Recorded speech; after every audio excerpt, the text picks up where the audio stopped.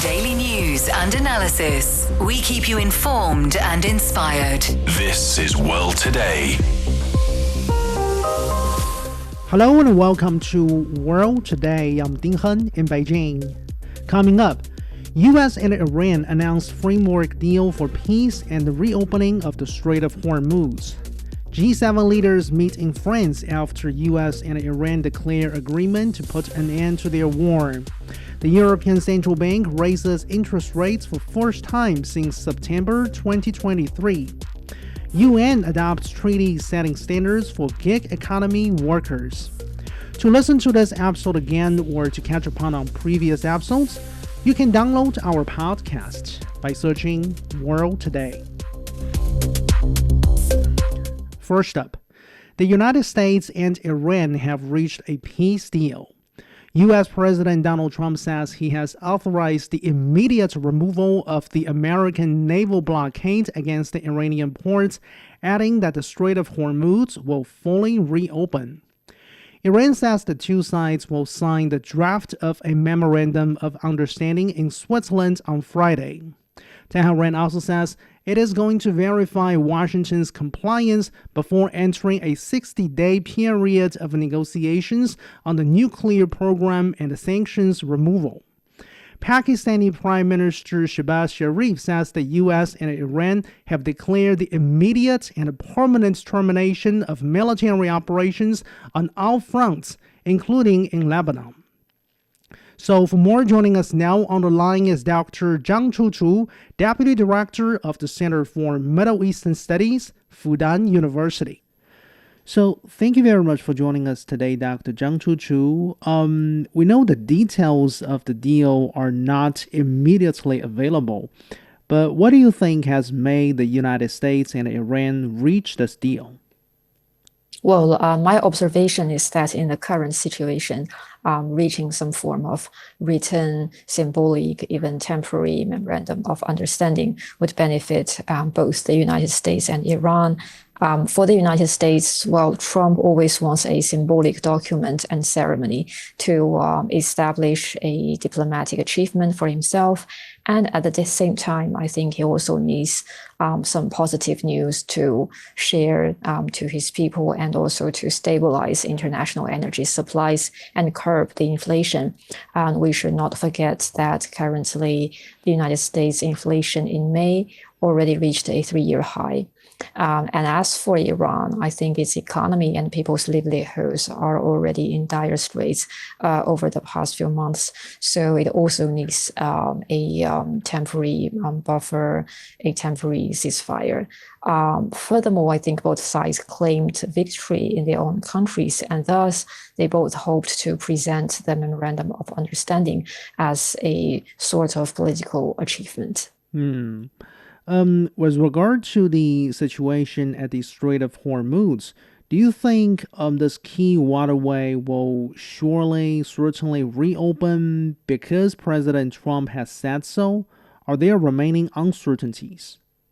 Well, I think there are remaining uncertainties for sure, and those uncertainties might include verification mechanism, because so far there is still lacks this kind of details in the reports that we can see.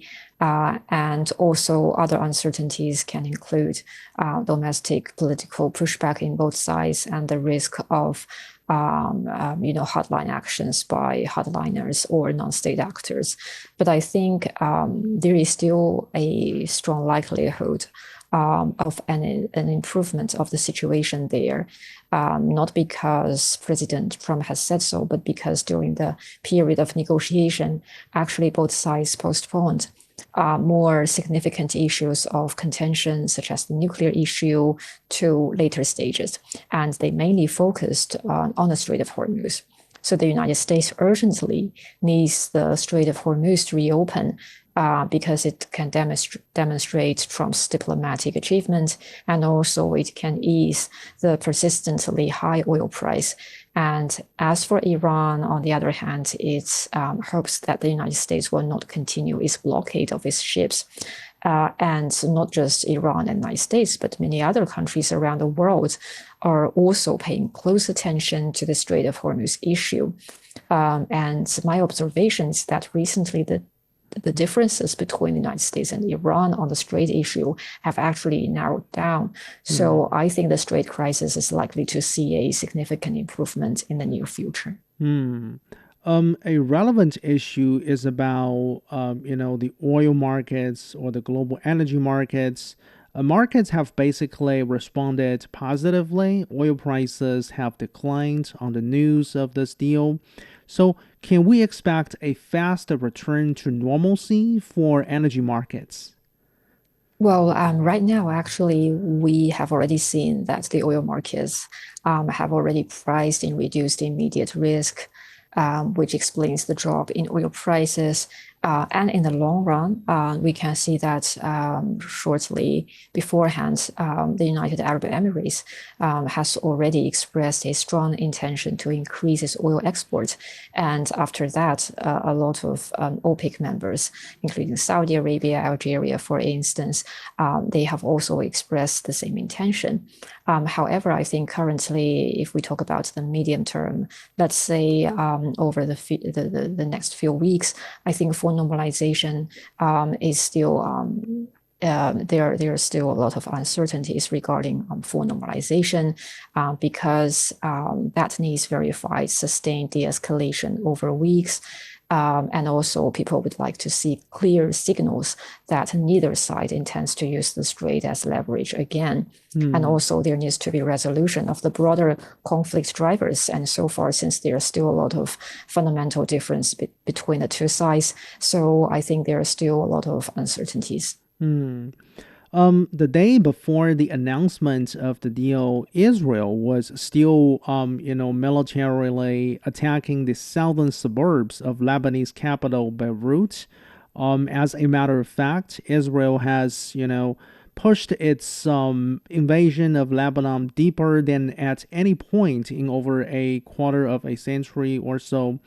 And in the meantime, Israel has been sidelined from the negotiations between Washington and Tehran. So, to what extent do you expect Israel to adhere to this peace deal? Well, I think that could be a crucial variable. And here I think we should note two issues. The first one is that there are a lot of differences and disputes between the United States and Israel. Actually, to reach a memorandum of understanding is in the interest of the United States, but not in the interest of Israel. It always tries to undermine Iran and its allies in the region. And also a key concern for Israel is the nuclear issue of Iran. But these things have not already been resolved according to the current version of the Memorandum of Understanding. So Israel does not just want to stop here. Another issue here is that Iran has always insisted that the ceasefire should be a permanent one and a comprehensive one. So it means that it's not just Israel and the United States stop attacking Iran, but they should also stop the attacks against Lebanon. But actually, Israel at the moment, like you said, it has no intention to stop. So I think that adherence will likely be tactical and partial. So it means that Israel may reduce large-scale operations if the United States insists on it, but I think it is unlikely to fully halt actions itself defines as necessary, and that could further, affect the ongoing negotiations between the United States and Iran. Broader negotiations on outstanding issues like Iran's nuclear program would continue over the next 60 days, as we can see from media reports about this deal. So, shall we expect any major breakthrough in negotiations regarding the nuclear issue? Well, so far we can say that there are still a lot of challenges and difficulties, and it's very hard to see a comprehensive breakthrough.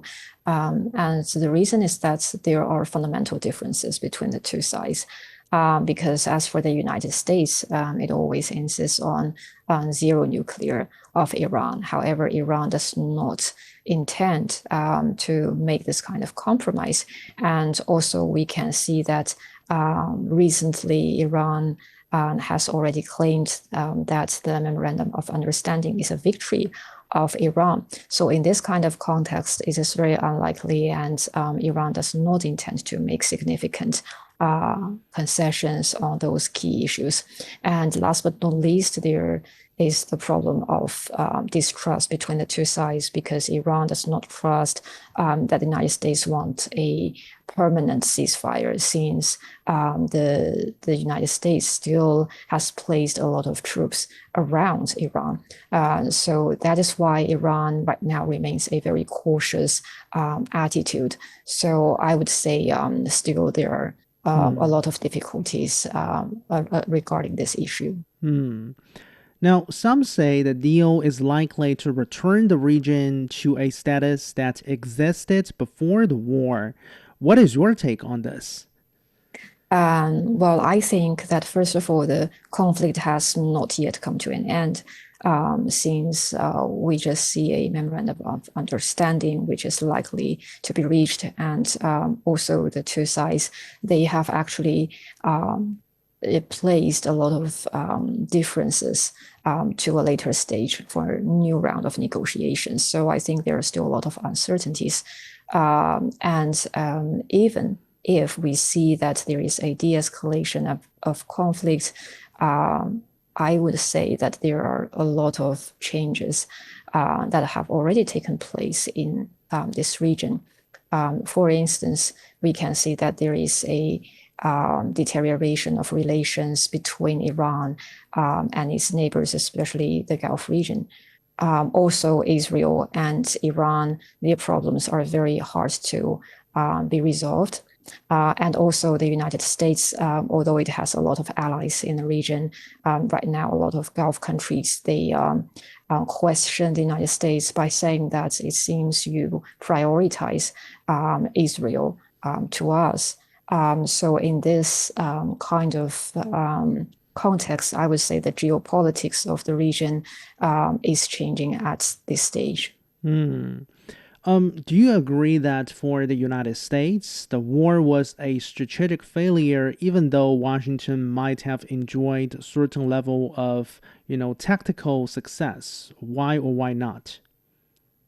Well, I think that it's very difficult to measure a war in terms of success and failure in contemporary era, because in fact all sides suffer great losses in war, and more often than not, all sides are losers. Moreover, we can see that this war has also brought huge spillover effects. However, I think it is clear that the United States made a strategic miscalculation in this conflict, and it failed to achieve its objectives. So Donald Trump always wanted to achieve big success with small costs, but right now everybody knows that it's impossible to do so. On the one hand, he has already, taken the cost of this ongoing war, and on the other hand, it has not achieved decisive, for instance, objectives. He has planned, for instance, Iran's nuclear program is still there, and also Iran's ally network is still there, and also the United States does not have very effective measures to counter Iran's asymmetric tactics. So I would say right now, also a lot of people are saying that the quick move to a political deal may be read by adversaries as evidence that sustained United States military pressure has its limits.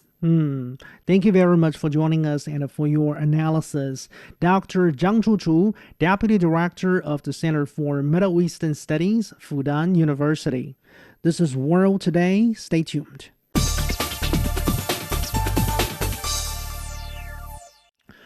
You're listening to World Today. I'm Ding Hen in Beijing. Leaders of the group of 7 countries are meeting in France for a 3-day summit. The gathering comes shortly after the United States and Iran reached a preliminary deal to put an end to their war. Discussing next steps on Iran is a key issue for leaders attending this meeting. The summit is also seeking common ground on the war in Ukraine, tackling global economic imbalances, and sourcing critical minerals. So for more, joining us now on the line is Professor Qu Qiang from Minzu University of China. Thank you very much for joining us, Professor. Thank you. So for G7 nations in general, what do you think is at stake when we talk about the U.S.-Iran peace deal? Following the announcement of the deal, 4 G7 nations, Britain, France, Germany, and Italy, say they are ready to lift the sanctions on Iran in response to steps on the country's nuclear program. What do you make of the calculation for these 4 European G7 nations? Well, I think for the G7s, there are some common core interests been included in this deal. I think number one is the security of the energy supply and the Strait of the Hormuz, the liberty of sail. I think the G7 foreign ministers actually, specializing that the permanent recovery of the free sail in the Strait of the Hormuz and the free, of tow is actually very, very important towards the international energy supply. So I think G7 countries actually probably will all agree with that. And secondly, because this is a very important geopolitical stability issue. So I think it's not only about the energy, we're talking about fertilizer, we're talking about the shipment and transportation, and all that actually will choke G7 nations, ordinary people's livelihood, their industrial output, and lots of the things will probably disrupt the local and the global stability and peace. So that's the reason why they want to go back to the normal. And also, we're talking about the non-proliferation situation, because the more urgent situation, unstable, disruptive situation in the whole Middle Eastern area is probably going to leading to the further, proliferation situation, not only in Iran, and also we're going to talk about Pakistan will get involved, and also Israel is also a nuclear country. So all that is at stake. And now all those G7 nations want to defuse this bomb. And also, I think for the European 4 countries, their consideration is very pragmatic. For example, they understand what the global economic benefit it will get, involved in this. And also, I think for the European Union, they are more, in favor of this kind of the carrot policies, because they don't want to get involved in the, violence and also military conflicts with some other regions. And also, I think for the 4 countries in Europe, they always want to show their differences from America and Israel. They want to show they have independence and sovereignty. So I think all that lead to this, gestures in this G7 meeting. I definitely take a point. In the meantime, during the meeting, U.S. President Donald Trump is also due to meet with his Ukrainian counterpart, Volodymyr Zelensky, who is also attending this gathering. So on the Russia-Ukraine conflict, do you think Mr. Zelensky could secure the greater American support that he wants from President Trump? Well, yes, I think he probably will get some symbolic meeting for sure, because on the facade, America and the European Union are together to support, Ukraine. But basically, we understand the European Union are actually, in essence, supporting Ukraine. But United States wouldn't get involved in a sustainable and a substantial way. So probably they will get some humanitarian support and some promises and a financial support from America. But if they want to get the major upgrading in the military support and also the promise in the security, let's say, a very important ticket to help Ukraine get into the NATO, that's probably impossible, because I remember that Trump used to tell Mr. Zelensky that he had no chips So I think this gesture actually are showing that Trump actually doesn't think, the Ukraine is qualified to get into this kind of a talk.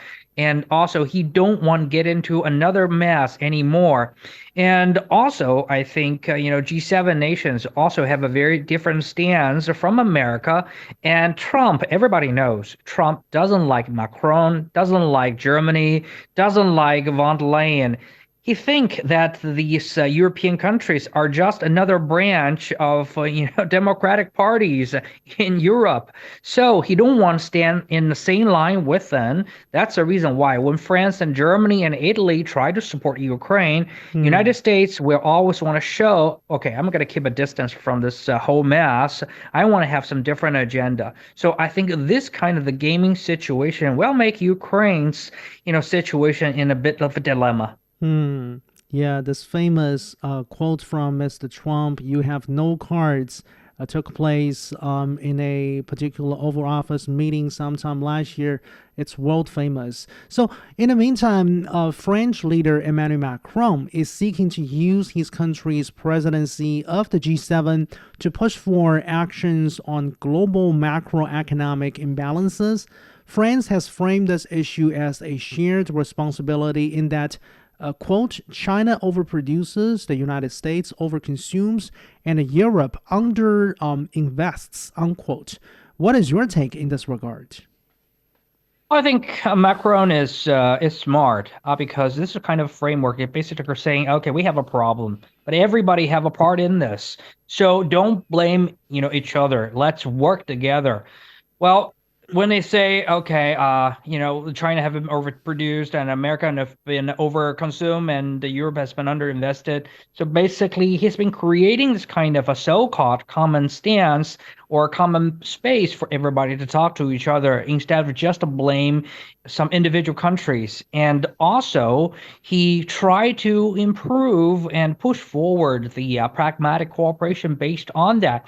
But I think the problem is the whole concept is actually blurred. For example, when you're talking about Chinese, capacity has been oversupplying, what does that even mean? Just take a look at the,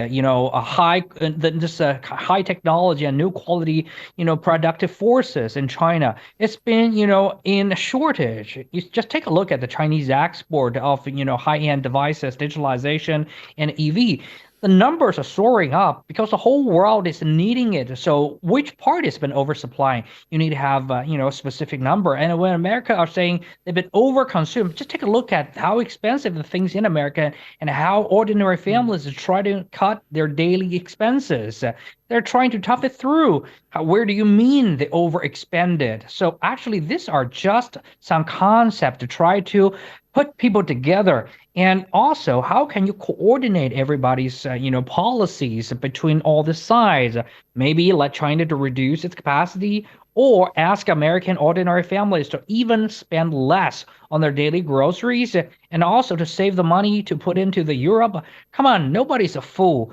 So we cut down our capacity and American families will live an even poorer life. So we can invest in Europe. This is just a daydream. Nobody's actually going to buy it. So I think the concept and intention is good, but not very pragmatic. Okay. As G7 leaders gather in France, in nearby Geneva, in Switzerland, we have actually seen an anti-G7 protest. It has somehow turned violent recently. How do you understand this anti-G7 sentiment? 1 minute. This is nothing new. We have been seeing this kind of a protest for so many, sessions. So I think G7 only represented about 10% of the population of the whole world, but now they're making the policies to affect a more than 8 billion population. And maybe this year they invited India, Brazil, South Korea, Kenya, and all this participation actually are showing G7 want to expand their agenda and to show their response to the representatives. But I think their agenda are actually been decoupling with what actually concerns everybody, especially in the global South nations.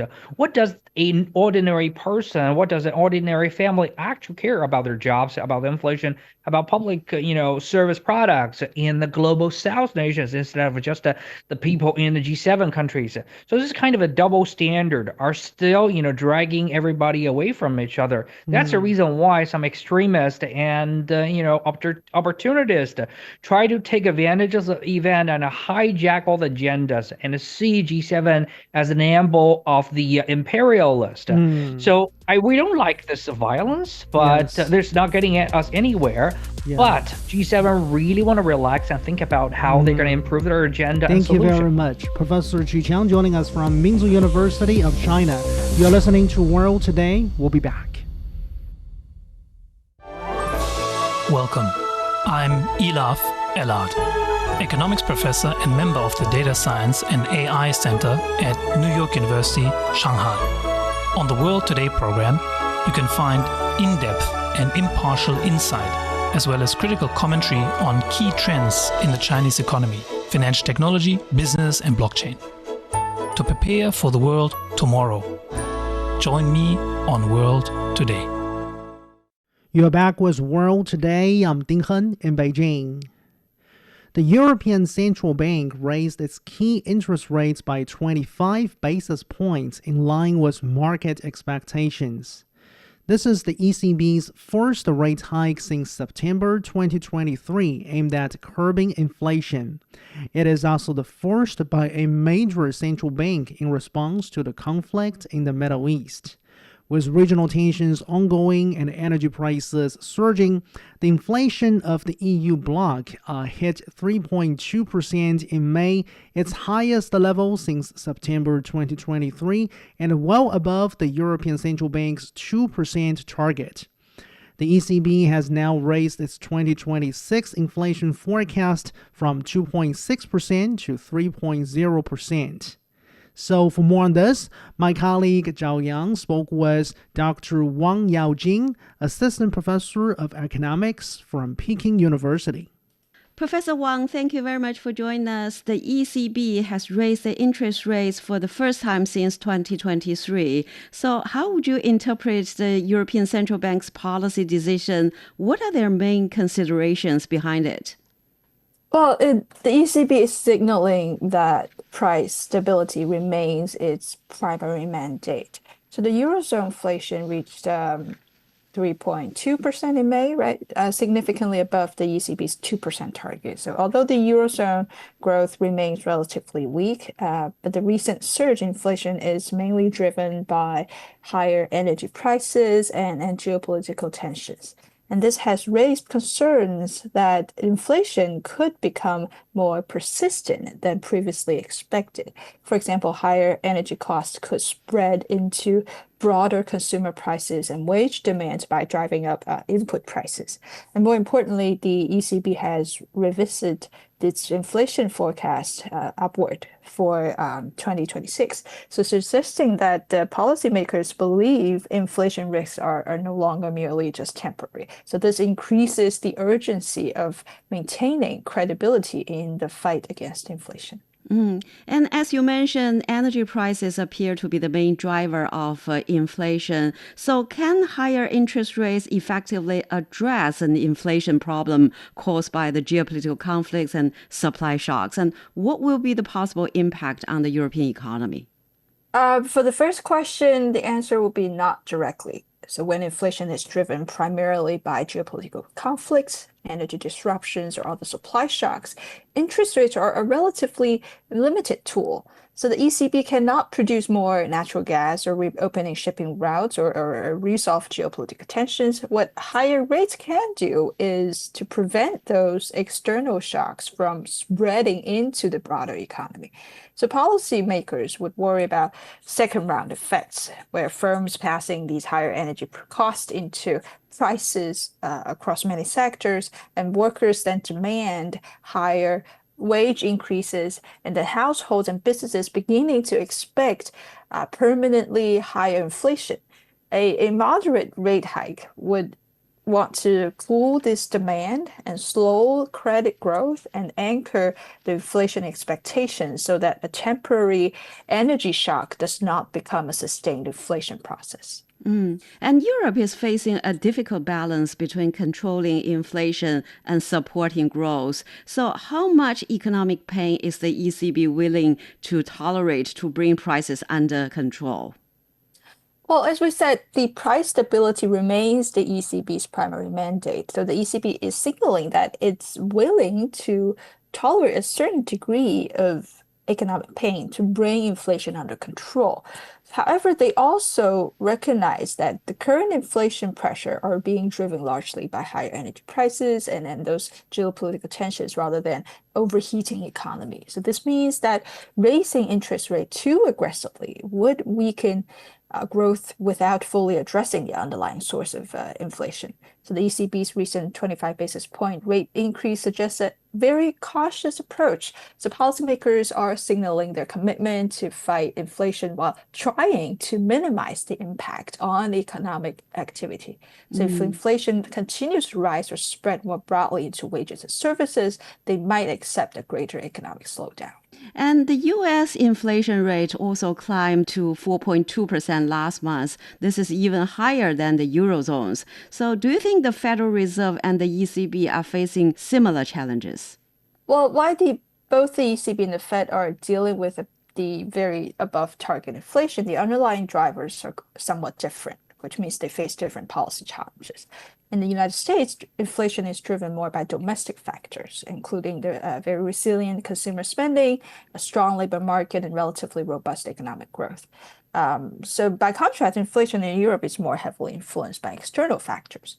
So the Eurozone economy has generally been growing slower than US economy, making the inflation growth trade-off more difficult for the ECB. So that's the difference. But if you think about the deeper roots, the US has energy independence, the dollar's global dominance, and also the most fundamental of all, the geopolitical influence. So these make the US economy structurally insulated from global instability and occasionally profit from it. And the Federal Reserve is entering its FOMC meeting under Kevin Walsh. So what kind of policy direction should markets expect? And if inflation remains elevated because of geopolitical tensions, does the Federal Reserve have any effective tools to respond?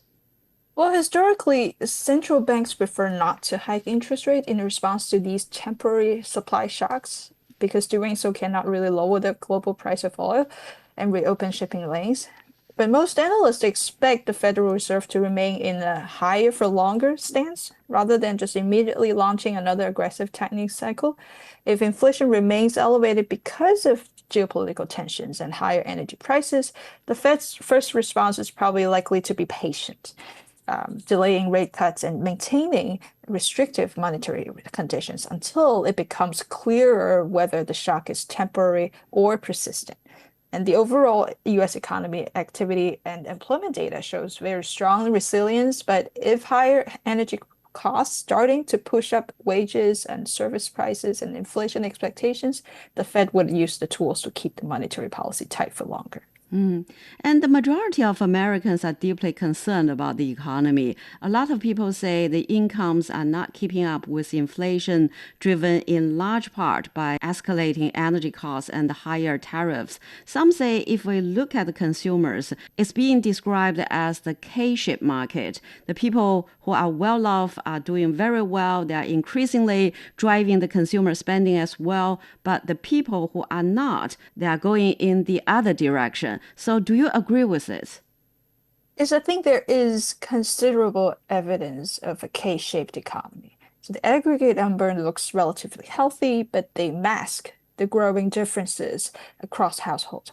High-income Americans continue to benefit from the strong asset markets and the stable incomes, while many lower and middle-income families are feeling squeezed by higher prices for energy, housing, and everyday necessities. I think I read a report from the US Bank saying that lower-income households are increasingly relying on high-interest credit cards and revolving debt just to cover basic necessities.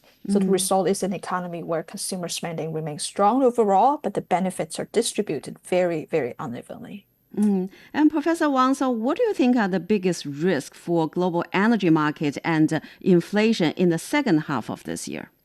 Well, the Middle East situation is still very unclear at this moment, where the war is on and off. So I think the fundamental risk is still lies in geopolitical tensions. And do you think the European economy face the potential risk of stagflation? Yes, stagflation is one of the main risks that the ECB is trying to avoid at this moment by hiking rates for very cautious move. But I think the EU has another way out, which is to collaborate with the world's largest manufacturer, which is China, and also integrate with the global economy, not just relying on the US economy. Dr. Wang Yaojing, Assistant Professor of Economics, joining us from Peking University, speaking with my colleague Zhao Yang. You're listening to World Today. We'll be back.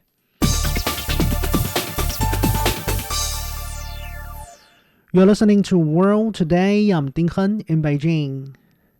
Voters in Switzerland have rejected a nationwide referendum to cap the country's population at 10 million by the year 2050. Early results show almost 55% of people voted against this particular proposal.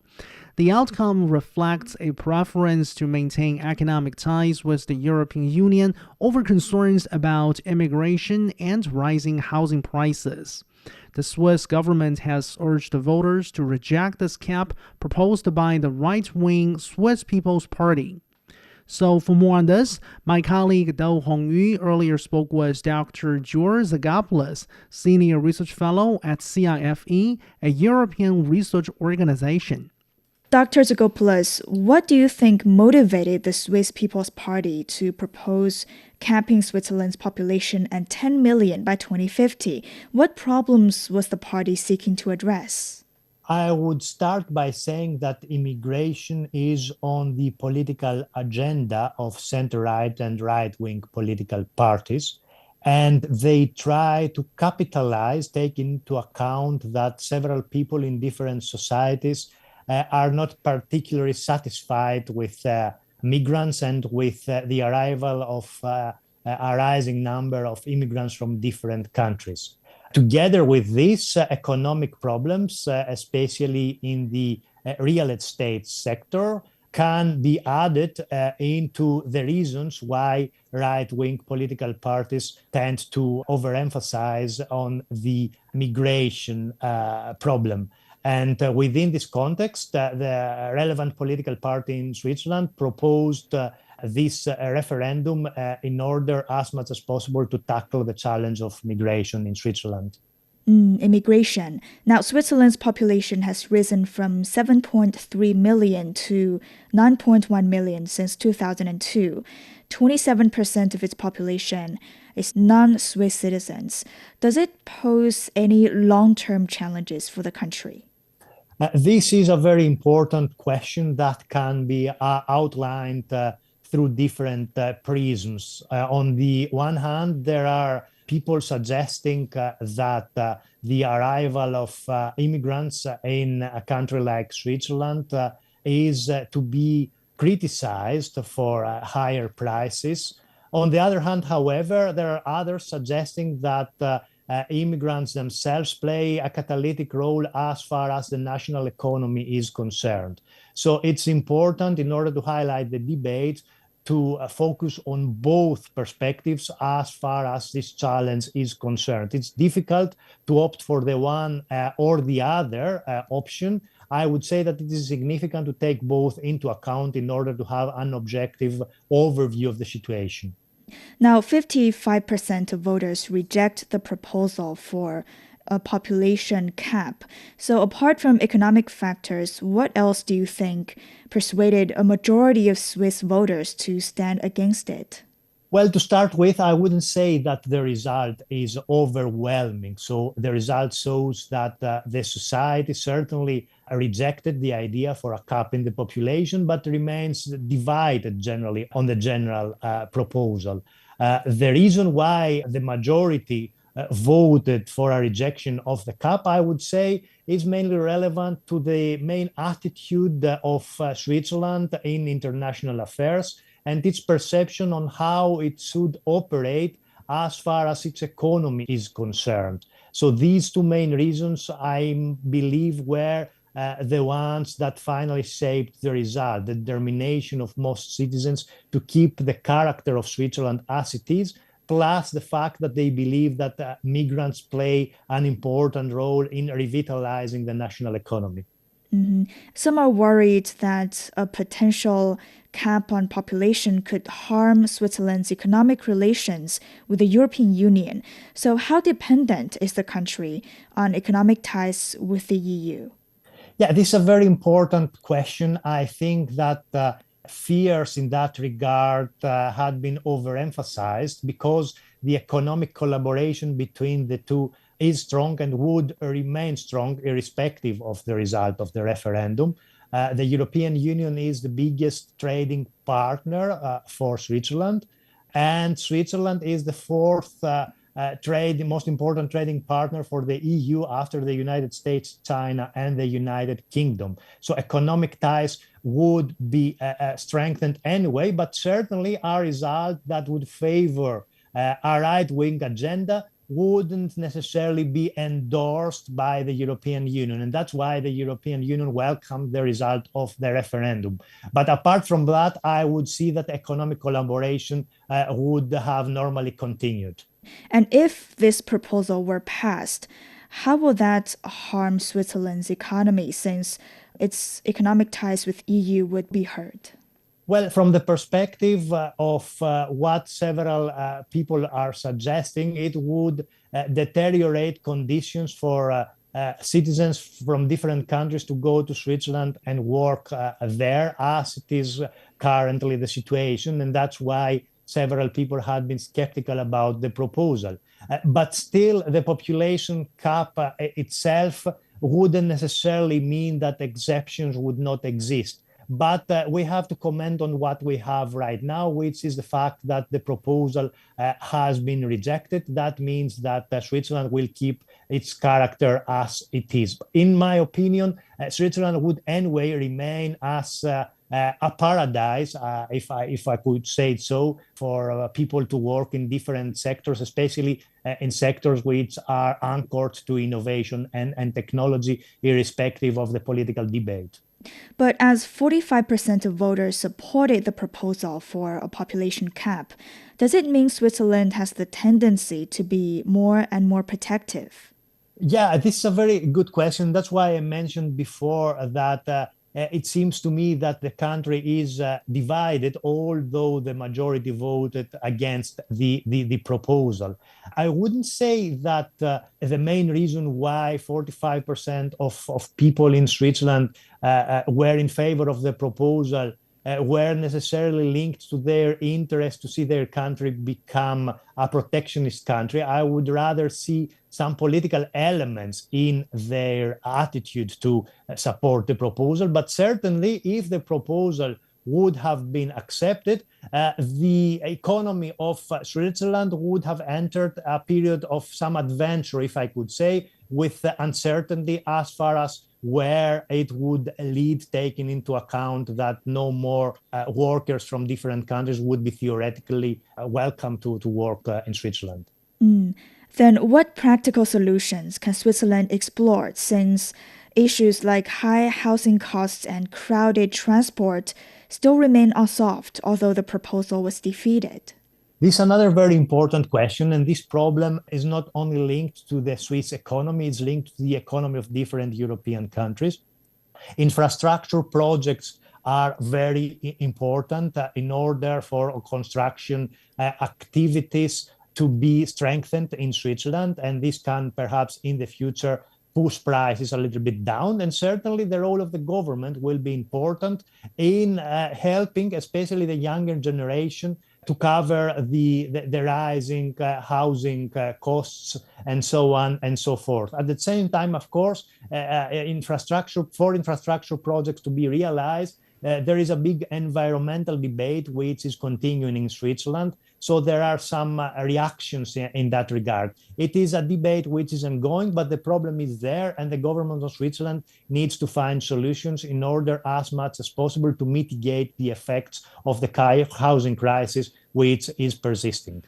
That was Dr. George Zagaplis, Senior Research Fellow from CIFE, a European research organization, speaking with my colleague Dou Hongyu. You're listening to World Today. Stay tuned. Hello, I'm Yin Liang, Kramer Chair Professor of Economics at Willamette University. In a rapidly changing world, staying informed has never been more important. World Today delivers sharp analysis, global perspectives, and the stories behind the headlines. It is your trusted source to understand what's shaping our world. World Today, bringing the world closer. You're listening to World Today. I'm Ding Hen in Beijing. The International Labour Organization has adopted the world's first binding agreement setting out employment standards for digital platform workers in the gig economy. The Decent Work in the Platform Economy Convention was adopted at the annual International Labour Conference in Geneva. The UN agency aims to extend labor protections to people who work through digital platforms in sectors like food delivery and taxi hailing services. The protection includes an end to classifying gig economy workers as independent contractors, as well as enforcement of minimum wage requirements and obligations in healthcare, sick leave, and social security contributions. The World Bank estimated in 2023 that as many as 435 million people globally could be considered app-based gig economy workers. So joining us now on the line is Dr. Li Luan, Assistant Professor of Economics with Peking University. Thank you very much for joining us. Thanks for having me. So why do you think the agreement we're talking about here is seeking to put an end to classifying gig workers as independent contractors? Yeah, so I think the important issue is that in a lot of the platform businesses we have seen, these workers, sometimes they're formally called independent contractors, but the platform, we have seen that they still control all the pricing, order allocation, customers' access, or the penalties or rating to these workers. So there's nothing really independent about the status quo. And economically, this is creating a very important imbalance because the platform has many features or is the de facto employer of these workers, but the workers have to bear the risk of their own self-employment. For example, the cost of their vehicle for delivery drivers, the waiting times. If they're ill, they have to, they don't have sick leaves. For example, they have to cover their own injury and so on and so forth.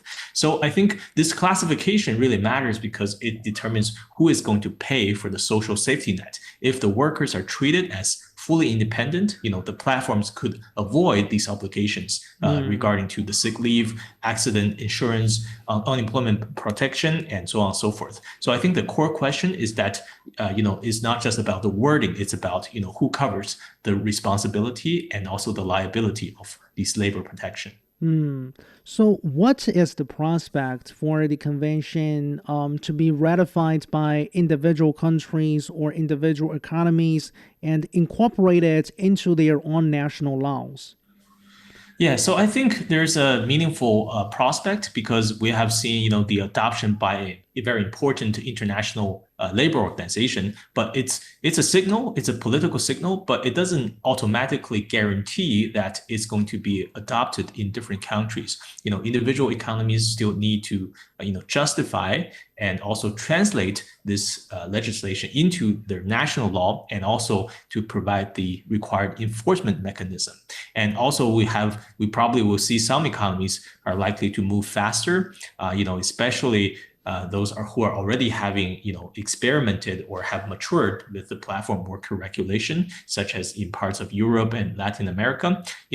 For some economies, they may be more cautious. We have seen the vote, for example, with these International Labor Conference, that, even though a large majority of countries supported the convention, the United States, New Zealand voted against it, the United Kingdom, India abstained. So this is already suggesting, the implementation will vary substantially across different legal system and different development levels across different countries. And I think enforcement is also very difficult. For example, we have seen that a lot of these platform workers, they actually move across different apps. So even though we put heavy regulation in some or all of these apps, there's no guarantee that a new app with looser regulation may appear all of a sudden, and all the workers, because they offer, slightly higher compensation, will switch to the new app. So I think, it's a very complicated, and, we need a higher level of integration to make sure that we can actually incorporate this into our domestic law. Why is it important to establish a commitment to providing, adequate safeguards for gig economy workers? Do you think this is going to hit or hurt the growth potential of platform economy, or quite the opposite, accelerating its growth? Yeah, so that's a very good question. I think it's very important to establish this commitment, especially at a global stage, because we have seen that platforms like Uber, or Uber Eats, or a lot of Amazon platforms they're often global, but labor regulations is national and domestic. So right now we have some international guideline, at least to reduce the risk of regulatory arbitrage, because platforms may expand fastest if worker protection are the weakest. So it's preventing a phenomenon that we call race to the bottom, because if the labor standards are going to differ very sharply across different countries, then competition could shift from the technological improvement that we are willing to see to who can cut the cost the most through weaker worker protections. So I think in the short term, absolutely, having stronger protections could raise the operation cost for some platforms. So this may slow down the growth of these platforms, but in the medium run, I think this could actually support healthier growth, because better protection could reduce the turnover for workers and improve their service quality, build the trust for consumers, and also make the sector more sustainable in the future. So I think really the key is about how to design the good regulation that doesn't kill the platform economy overnight, but also should move the sector from a cheap labor plus the algorithm model towards a more sustainable model based on efficiency, but also more fair treatment of workers.